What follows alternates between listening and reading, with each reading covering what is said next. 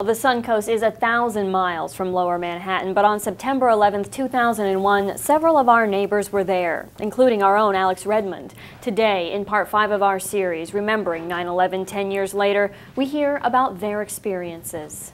Fireball came out of both sides of the building and met at the top of the building. There was a lot of fear, a lot of chaos, a lot of confusion. But the stairs are swaying, so the building's kind of swaying to and fro. And that's when you knew something terrible had happened. Former Sarasota Police Chief Peter Abbott was a member of the NYPD on 9/11.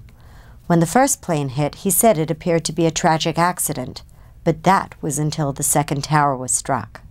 Well, I knew there was going to be probably thousands of people killed, and unfortunately that turned out to be. We didn't expect the buildings to come down. Sarasota resident Alan Silva was attending a Morgan Stanley training session on the 62nd floor of Tower 2 that morning.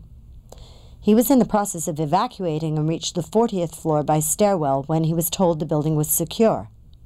He started his return to 62, but he only made it to the 44th floor of the South Tower when the explosion occurred. He never imagined a plane had slammed into the building.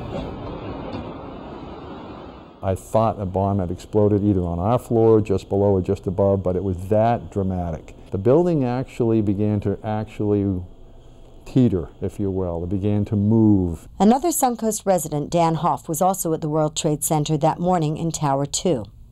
The building's PA system announced that Tower 1 was hit, Tower 2 was secure. And literally it seemed like 5 or 10 seconds later, the second plane just slammed into our building. And my first thought was, I almost made it. You almost felt the building was going to just go. Still, Hoff made it.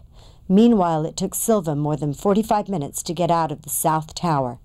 As he exited, he remembered the face of one man. I wish I could give you the name of a person, a firefighter, that I was struck by because,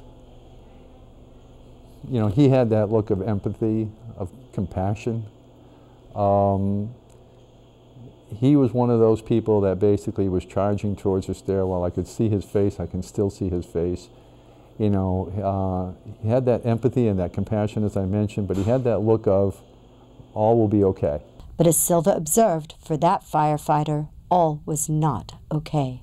Just as the assassination of John F. Kennedy was a defining moment for our parents' generation, all of us of a certain age will forever remember where we were the morning of September 11th, 2001. I was there, and what I will never forget is standing at the corner of 64th and Broadway, watching as a sea of people walked uptown. I'll never forget, there was this World Trade Center maintenance worker, and this guy is covered in dust and soot. His eye, he was so scared he couldn't speak. His eyes looked like cue balls. But yet he's holding the door open so we can all escape. Looking back, Chief Abbott was able to find some good to come out of such tragedy and sorrow. It was a very proud time to be a police officer, even though there was tragedy everywhere. And I remember walking away from what they called the pile after very shortly. We'd have to walk up West Street and then come back across. And there were just hundreds of civilians outside the police lines just cheering and things like that. And it was an amazing time. Amidst this tragedy that showed the very worst of human nature, we witnessed the very best of mankind. For SNN Local News 6, this is Alex Redmond.